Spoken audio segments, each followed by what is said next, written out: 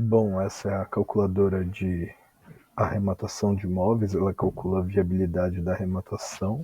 Então aqui a gente coloca as entradas, os valores, por exemplo, o valor de arrematação, vamos colocar 100 mil, por exemplo. Vendendo o imóvel a 200 mil, preço de mercado futuro.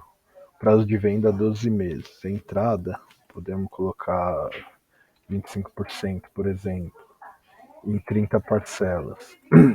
Taxa de juros pode ser do contrato de financiamento, pode ser a taxa de correção do tribunal, podemos utilizar a taxa que for devida. Vou colocar 12% ao ano, como exemplo. Taxa de mercado aqui a gente trabalha com uma taxa de comparação, então pode ser um CDB, pode ser Selic, o que a gente quer comparar esse investimento? Vou colocar uma taxa de 1% ao mês, que é uma taxa interessante. Custo de aquisição, que a gente pode pôr a comissão do leiloeiro, pode pôr em valores, mas pode pôr também em porcentagem, TBI, assessoria se tiver no momento da arrematação, da aquisição do imóvel, vou pôr 6%, por exemplo. Se ele possui dívidas para obter renda, o valor para registro, por exemplo, por 8 mil. Se eu quiser deixar um dinheiro para reforma, uma previsão para reforma. Outros custos, eventuais custos que podem ter, por exemplo, custos na venda, se eu for usar um corretor por 6%, assessoria, imposto de renda, que a gente pode selecionar se quer pessoa física, aí ele já calcula no padrão 15% do ganho de capital, ou PJ ele considera o lucro presumido, e se for manual, você pode inserir, se você se enquadra em alguma isenção, você pode pôr manual o valor do imposto. No caso, eu vou pôr PF. Receita mensal, se a gente for alugar o imóvel, então prazo para iniciar o aluguel, por exemplo, 3 meses depois da arrematação, um aluguel no valor de R$ 800. E esse aluguel vai durar por, sei lá, 12 meses. Tudo bem que vai extrapolar, mas é a minha premissa, né? Então ele vai considerar enquanto eu tiver o imóvel que ele vai estar alugado.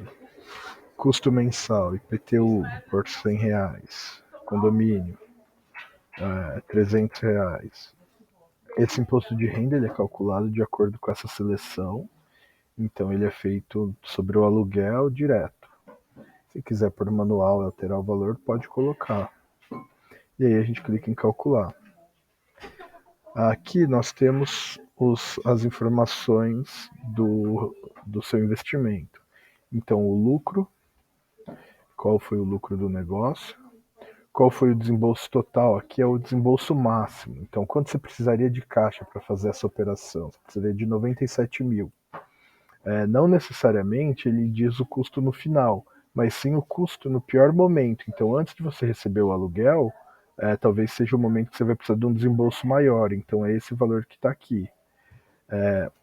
A taxa de lucro da operação seria o lucro que foi obtido, considerando o custo no final da operação. Então, é esse custo com o lucro, seria essa taxa de lucro. No momento, eu vou pular esses indicadores e vou passar para o gráfico aqui.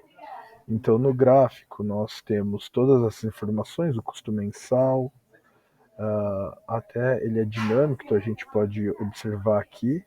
Então, esse aqui seriam os valores do custo nos meses, então provavelmente seria a parcela, mais custo recorrente, mais outros custos, né? Então aqui estão os custos mensais. Aqui ele não tem o custo na aquisição, para a gente ter uma noção de quanto gastaria por mês.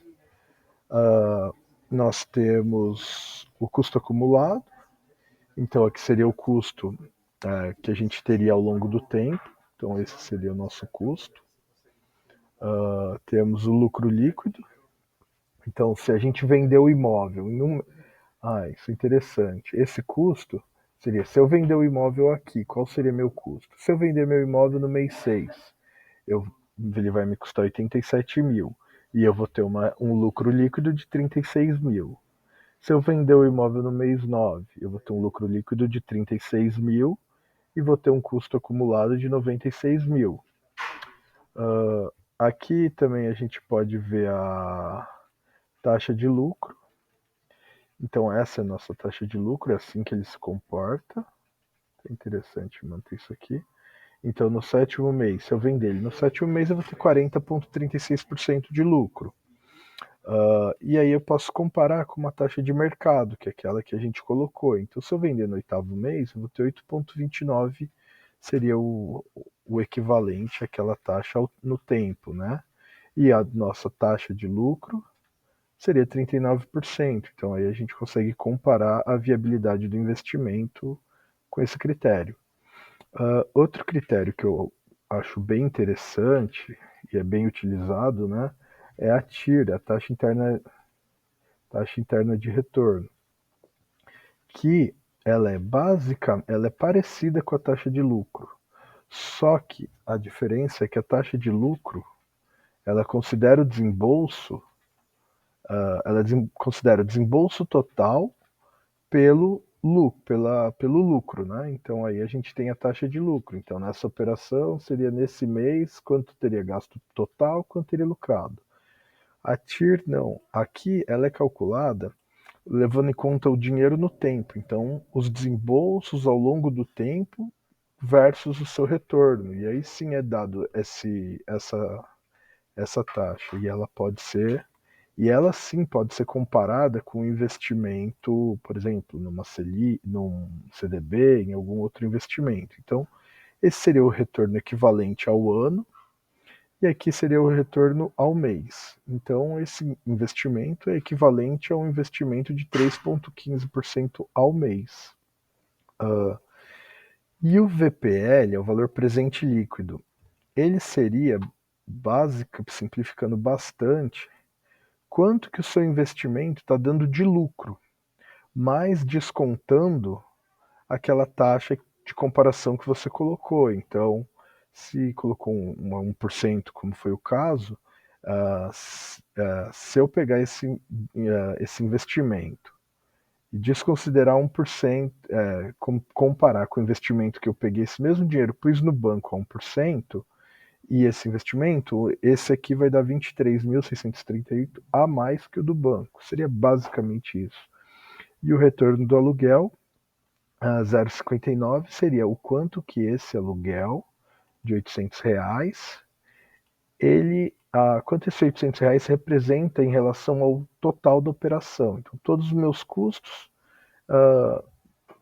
por esse aluguel, né? Então, seria esse aluguel por todos os custos. Então, daria 0,59%. Ele não é o valor do aluguel pela arrematação inicial, que seria uma conta que muita gente faz, né? Dá 1%, porque eu arrematei por X e o aluguel é tanto, então deu próximo a 1%. Aqui eu considerei todos os custos da operação, então ficaria 0,59. Apenas complementando, aqui também nós temos a opção de selecionar qual tipo de tabela para cálculo de parcelas a gente quer usar, né? Então pode ser a SAC, pode ser a Price, e você pode ver a vista também. E o resultado ele é dado aqui abaixo. Então você consegue ver o resultado da Price, até comparar, eu quero usar qual das duas você quer usar. Então qual seria o melhor resultado, melhor taxa de juros, ou melhor TIR, taxa de lucro, né? Então é possível comparar, e você também pode comparar com investimento à vista. Se eu fizesse essa mesma operação à vista, qual seria o meu resultado? Então, por exemplo, à vista eu teria 43 mil de lucro contra 37 no Price e 37 na SAC. Então, também pode ver as porcentagens, né, ver as taxas e tomar a decisão de qual é a melhor maneira de fazer a arrematação. Bom, outra consideração importante, talvez alguns tenham a curiosidade, mas foi considerado aqui no custo recorrente, no custo mensal, né? Nesse custo mensal, no momento que a gente considera que o imóvel está alugado, esse custo mensal passa a ser responsabilidade do locatário. Isso é uma premissa que foi tomada. Então, enquanto o imóvel está alugado, esse custo mensal ele não é contabilizado aqui no nosso resultado.